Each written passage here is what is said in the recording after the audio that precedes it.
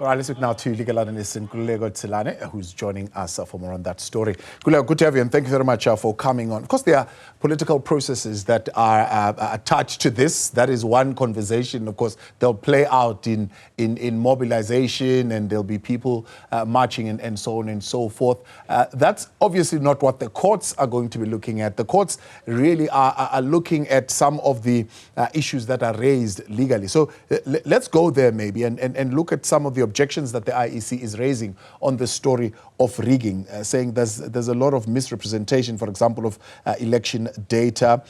They're saying all their votes were accurately captured, and there is really no grounds to review a declaration of results in law. So let's start there. Objection number one, they're saying that there is a failure to comply with particular sections of the Electoral Act, Section 55 in particular, and raising issues of what is prescribed there in terms of how to raise an objection, what is an objection, what are the time frames for raising an objection, and so on and so forth. Are they making a strong point there?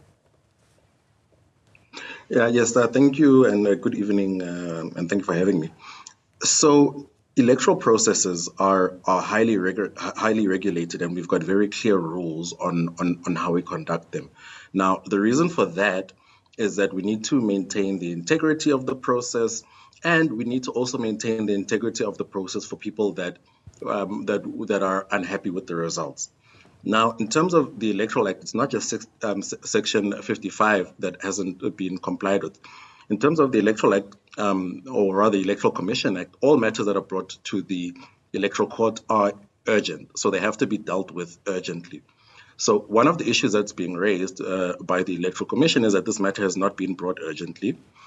Secondly, it's about whether or not an objection was actually raised. So when we speak about objections, we must also understand that there's a very specific form that objections must be in, and there are very specific timeframes and manners in which those are supposed to be raised. Certain objections need to be raised in the voting station to the presiding officer by the party agents, and then there are other objections, which are objections in terms of Section 55, which have to be raised to the Electoral Commission. Now, those are objections which are material to the outcome of the electoral results. Yeah. Now, the problem that the IEC is raising, and correctly so, is that there were no objections raised in terms of Section 55. Let's go through that very slowly. One is that they're saying there is a particular way in which you raise an objection, and that is via a sworn statement or an affidavit. So a letter that could have been written to the IEC on the 30th of May saying, well, we are unhappy about 1, 2, 3, 4, does not constitute an objection. Correct. It would constitute a complaint. For example, I mean, perhaps to explain it a little bit differently, if perhaps on a radio show I were to raise that I was the victim of a crime, I can't then turn around and accuse the police of not investigating a crime if I didn't then properly raise it with the relevant authorities. So a Section 55 objection, those are material objections, and the Electoral Commission is not allowed to announce the results of the election in terms of Section 57 if there are Section 55 objections that are unresolved. So a Section 55 objection would have to be in terms of, to simplify, it would be an affidavit. It would essentially look like a court application. And importantly, it would have to have details and evidence of where the discrepancies are, where the irregularities are. It cannot just be conjecture or hearsay. So the fact that now there is a so-called IEC official that is in court, does that have any particular standing in this particular matter to give credibility and credence to the fact that, well, look, this one is in court. Clearly, there was something wrong that would have happened here in terms of how these processes were done? No, if anything, it actually validates the freeness and fairness and the integrity of the processes. So the reason that we have all of these various processes is that we are aware that there's going to be people that want to try and manipulate election results. But what's important is that there's checks and balances, and importantly that there's consequences for when that happens. Now, there's two very separate scenarios. There's a scenario where at an isolated voting station, or maybe one or two isolated voting stations, there is irregular behavior. Now, that's completely different to widespread coordinated attempts to change the election results. And we need to keep that in mind. Trying to change the results of one voting station won't affect the outcome. That's why we say it's not material. That doesn't mean it doesn't matter. It must still be investigated. The responsible individuals must still be brought before the law. Where possible, the election results must be corrected to properly reflect the will of the people. But the fact that there are people going to court and have been formally charged is actually just showing once again how important and how strong our systems are. Yeah, I see saying this challenge must fail on the basis that the fatal defect of it is that there was no decision made by the commission that could now be reviewed or appealed at the Electoral Court. And the reason why there was no decision is because no proper objection was raised. Is that a fundamental fatal defect that could certainly see this case not going further than here? Well, there are multiple fundamental defects to the MKP's application. Firstly, as you've correctly pointed out, they didn't bring you can only review a decision of the Electoral Commission to the Electoral Court. So firstly, that was not done. Secondly, they didn't comply with the timelines. They were supposed to have brought it within 3 days. Thirdly, and to be as respectful as I can to my fellow legal colleagues, it appears they haven't even read the act, because they cite the wrong court rules. They cite the rules of the High Court, not of the Electoral Court. They don't comply with any of the Electoral Court rules. They don't.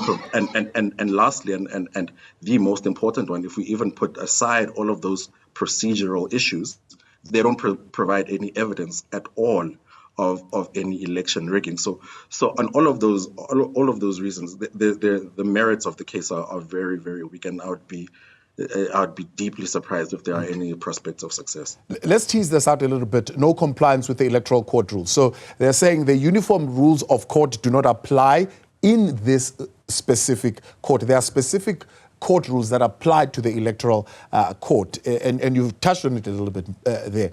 One is Rule 5, Rule 6, and Rule 10. Rule 5 has got to do with the time frames. Rule 6 has got to do with what we've been speaking about, what constitutes an appeal and a review. And of course, they failed to comply with all that. Just tease that out a little bit for us. What does that mean? So the Electoral Court and other courts of a specialized nature, whether it's the Electoral Court, whether it's the Labor Court, they have the same hierarchy as the High Court. However, they have rules which regulate the procedures that happen in those particular courts. Now, whenever you litigate from a specific court, you must read the specific court rules of that court. Now, just because the Electoral Court is of the status of a High Court does not mean that the High Court rules apply to the Electoral Court. No, it is the Electoral Court rules which apply to the Electoral Court.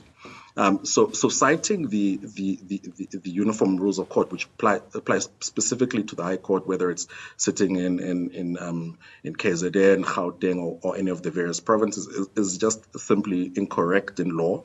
And if you look even at the notice of motion, it states the uniform rules of court, or alternatively, the applicable Electoral Court rules, which is, I think, once again, very telling about the merits of the matter.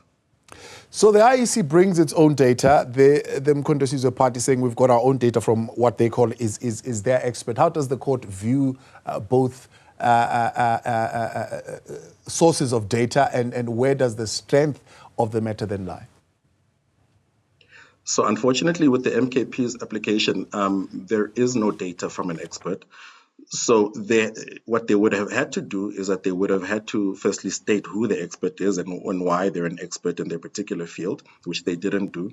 Secondly, they would have to attach perhaps a confirmatory affidavit, or alternatively, they would have to attach the report from the expert, which they didn't do. So legally and in terms of the law, there is no evidence before the Electoral Court that there's any expert who's audited the system and found whatever the allegations are. So what would have to be taken at that value would then have to be the IEC's version, because the IEC is a legitimate body with the powers, and the chief electoral officer is the one who would know about all of the authenticity of the data. So as it stands legally, there is no evidence before the Electoral Court that there has been any election rigging. Is this going to fall, I suppose, on what we've been talking about, the technicalities of procedure and using the wrong rules and so on and so forth, more than the substantial issues that I suppose the politicians are raising to their followers on the outside? No. So as I mentioned earlier, so there's lots of procedural and technical issues that were not complied with. But the courts of the jurisdiction of the High Court do have what we call inherent jurisdiction. So they could say, look, based off the interests of justice, we're going to condone all of this non-compliance with the rules of the court, and we're going to look at the substance of the matter and then just deal with the substance of the matter. However, as I'm saying, there is no substance of the matter that was presented on the papers.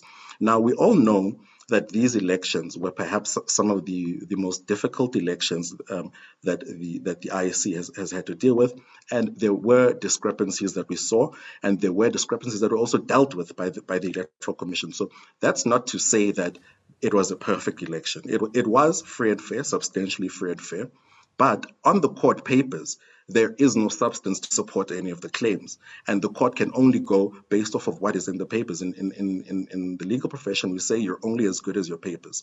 And if your papers are not good enough, unfortunately, you won't get the relief you seek in court. Nkululeko Tselane, appreciate your time. Thanks so much for coming on.